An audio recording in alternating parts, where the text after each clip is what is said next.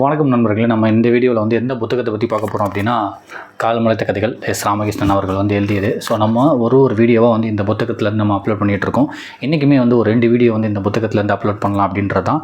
பகலில் நட்சத்திரங்கள் தெரியவில்லை ஏன் அப்படின்னு சொல்லிட்டு ஒரியாவில் வந்து ஒரு கதை நம்புகிறாங்க. இந்த புத்தகமே இப்படி தான், ஒரு கதைகள் இருக்கும், அதுக்கு கீழே வந்து எந்த ஊர் நம்புகிறாங்க அப்படின்ற ஒரு இன்ஃபர்மேஷன் இருக்கும். அதுதான் வந்து இந்த புத்தகம் ஃபுல்லாக நிறைஞ்சிருக்கும். இந்த புத்தகத்தில் என்ன இருக்கும் அப்படின்னா வந்து இயற்கையாக தோன்றின எல்லா விஷயத்துக்குமே வந்து ஒரு கதையை ஒரு ஊரில் உள்ள மக்கள் நம்புகிறாங்க. அந்த கதைகள் எல்லாத்தையுமே தொகுத்து தான் வந்து இந்த புத்தகத்தில் வந்து போட்டிருப்பாங்க. அதுதான் நம்ம வந்து ஒரு வீடியோவில் 2 கதைகள்லாம் நான் பார்த்துட்ருக்கோம். இப்போ வந்து பகலில் வந்து நட்சத்திரம் ஏன் தெரியல அப்படின்னு சொல்லி ஒரியாவில் ஒரு கதை நம்புகிறாங்க. அதுலேருந்து ஒரு கதையாகவே நான் சொல்லிடுறேன். லாஸ்ட்டில் வேணால் ஒரு 3 வரி படித்து காமிக்கிறேன்.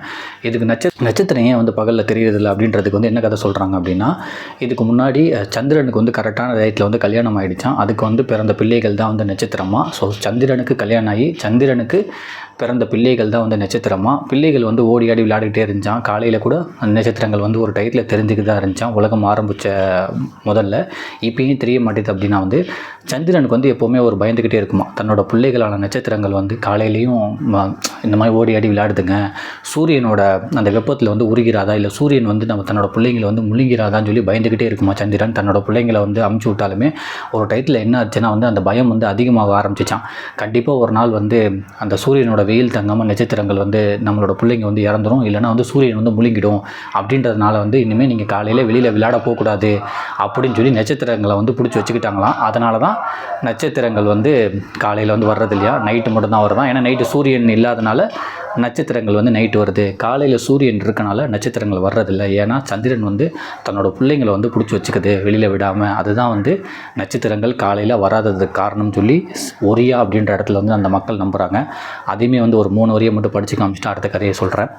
சந்திரனுக்கு மட்டும் பயம் இருந்து கொண்டே இருந்தது. ஒரு பகலில் தான் ஓய்வெடுத்து கொண்டிருக்கும் நேரத்தில் பிள்ளைகள் வெளியே விளையாட போனால் வெப்பம் மிகுந்த சூரியன் பிள்ளைகளை சுட்டு பொசுக்கி விடுவான் என்று பயந்து அதனாலேயே தன் குழந்தைகளை பகலில் நடமாட விடாமல் தனது வீட்டுக்குள்ளே ஒளித்து கொண்டது. அதனால்தான் இன்று பகலில் சந்திரனின் பிள்ளைகளான நட்சத்திரங்கள் வெளியே வருவதில்லை, பிறர் கண்ணுக்கும் தெரிவதில்லை அப்படின்னு சொல்லிட்டு நட்சத்திரங்களில் தான் காலையில் வர்றதில்லை அப்படின்னு ஒரியா அந்த ஒரு மக்கள் வந்து நம்புகிறாங்களாம். அடுத்த கதை வந்து சூரிய கிரகணம் வருவதுன்னு. அந்த சூரிய கிரகணம் வரும், அப்போ வந்து ரொம்ப இருளாக இருக்கும், சூரியனோட வெளிச்சம் வந்து இருக்காது. அந்த ஒரு நாள் வந்து ஏன் வருது அப்படின்றதுக்கு வந்து பீகாரில் ஒரு கதை நம்புகிறாங்க, மத்திய பிரதேசில் ஒரு கதை நம்புகிறாங்க. இங்கே பாருங்கள் 2 கதைகள் இருக்கும். அது என்னென்னா வந்து ரொம்ப இந்த கதை வந்து நம்புகிற மாதிரி இருக்கும், நம்பாத மாதிரி இருக்கும். இதெல்லாம் ஒரு கதையா அப்படின்ற மாதிரி இருக்கும். ஆனால் இந்த மாதிரி ஒரு கதைகளை வந்து அந்த மக்கள் நம்புகிறாங்க அப்படின்றது தான் வந்து உண்மை. சூரியன் வந்து அதில் வந்து 2 கதையுமே வந்து ஒரு சின்னதாக வந்து சொல்லிடுறேன். சூரியன் வந்து தன்னோட திருமணத்துக்காக வந்து ஒரு வியாபாரிகிட்ட வந்து கடன் வாங்கியிருந்துச்சான். அந்த கடனை வந்து கட்ட முடியாமல் வந்து ரொம்ப கஷ்டப்பட்டுகிட்டே இருந்திருக்கு. அந்த வியாபாரி வந்து கேட்டுக்கிட்டே இருந்திருக்காரு. சூரியனால் வந்து அந்த கடனை வந்து கட்டவே முடியும், தன்னோட திருமணத்துக்கு வாங்கின கடனை.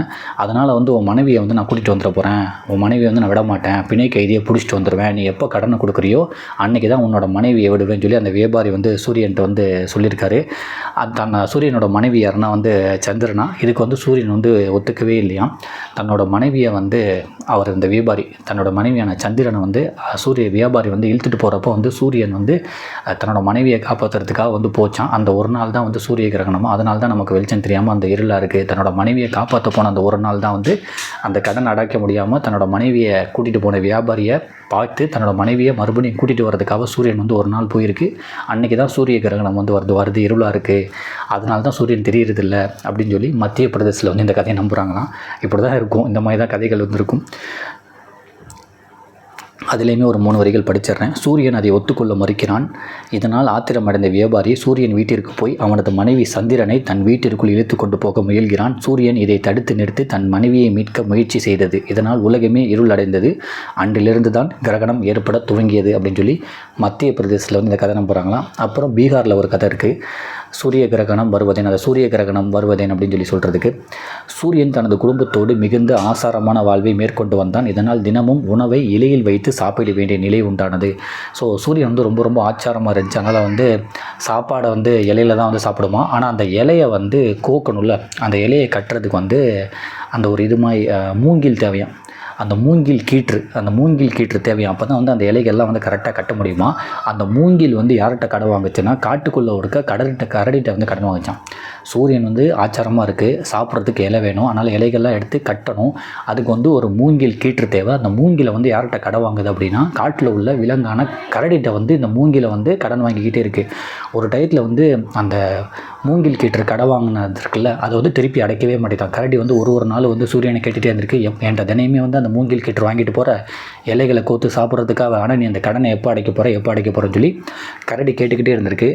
சூரியனும் அதுக்கு வந்து எஸ்கேப் ஆகிட்டே இருந்திருக்கு. ஒரு டயத்தில் வந்து கரடி வந்து விடாமல் வந்து சூரியனை வந்து மடக்கி பிடிச்சிருச்சான். நீ எப்போ என் கடனை கொடுக்குறியோ அன்றைக்கி தான் உன்னை விடுவேன் அப்படின்னு சொல்லி சொல்லிடுச்சான். அந்த நாள் தான் சூரிய கிரகணமா. ஏன்னா அன்றைக்கி வந்து சூரியனை வந்து கரடி மடக்கி பிடிச்சி தன்னோட கடனை கேட்டுருச்சு.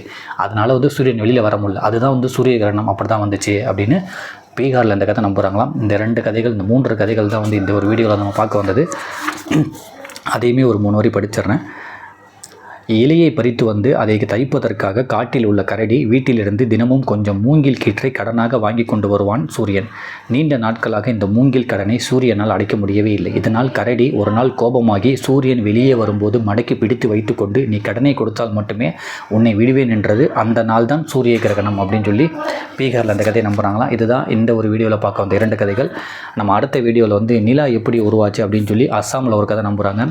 நிலாவும் நட்சத்திரங்களும் ஏன் ஒன்றா இருக்குது அப்படின்றதுக்கு வந்து ஒரியாவில் வந்து ஒரு கதை நம்புகிறாங்க. இந்த 2 கதைகளை வந்து நம்ம அடுத்த ஒரு வீடியோவில் பார்ப்போம். ஸோ இந்த புத்தகத்தை வாங்கி படிங்க, சின்ன பிள்ளைங்களுக்கு படிக்க கொடுங்க. சின்ன கதைகள் அவ்வளோ அழகாக இருக்கும், சின்ன பிள்ளைங்களுக்கும் ஈஸியாக போய் சேரும். அவங்களுமே இந்த கதையை வந்து அடுத்தவங்களுக்கு மாற்றி சொல்லுவாங்க. இந்த கதையை அவங்க பாதி ரைட்டாக சொன்னாலும் பாதி சப்பாக சொன்னாலும் அவங்களே சிந்திச்சு நிறைய இன்னும் கொஞ்சம் யோசிப்பாங்க. அடுத்தடுத்த இந்த கதை வந்து அடுத்தடுத்த லெவலுக்கு போகும். அது அவங்களுக்கு வந்து சிந்தனை சக்தியை வந்து இன்னுமே நிறையா உண்டு பண்ணும். இயற்கை சம்பந்தமான எல்லா கதைகளுமே இந்த புத்தகத்தில் இருக்குது. ரொம்ப சிம்பிளாக சொல்லணும்னா மனுஷனுக்கே ரெக்கை இல்லை, பறவைகளுக்கே ரெக்கை இருக்குது. அதுக்கு கூட வந்து ஒரு ஊரில் ஒரு மக்கள் கதையை நம்புகிறாங்க. ஒரு 80 கதைகள் உள்ள இந்த புத்தகம் கிட்டத்தட்ட வந்து ஒரு 90 பக்கங்கள் உள்ளது. ₹100 தேசாதி பதிப்பகம் வெளியிட்டிருக்காங்க. ராமகிருஷ்ணன் அவர்கள் தான் இந்த புக்கு தொகுத்துருக்காங்க. ஸோ நீங்களுமே வாய்ப்பு இருந்து டைம் ஒதுக்கி இந்த புத்தகத்தை படிங்க. சின்ன பிள்ளைங்களுக்கும் சொல்லிக் கொடுங்க. நன்றி.